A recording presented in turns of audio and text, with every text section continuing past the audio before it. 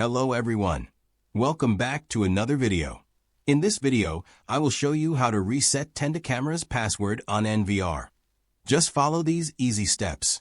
Please note, before you begin, please check if your NVR firmware version is version 12.1.4.16 or above. If it is lower than this version, please upgrade your NVR firmware version. Now follow these steps. Step 1.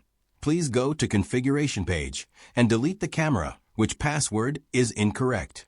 Then click the Config button, as shown in the red box. A window will pop out. Click Reset Password. You can reset your password here, as shown in the picture. When you are done, don't forget to click Save. And you are done. So by using this method, you can easily reset camera's password on NVR. Hopefully this video will be helpful. If you have any questions, please make a comment. I will reply you soon. Thanks for watching this video. Bye-bye.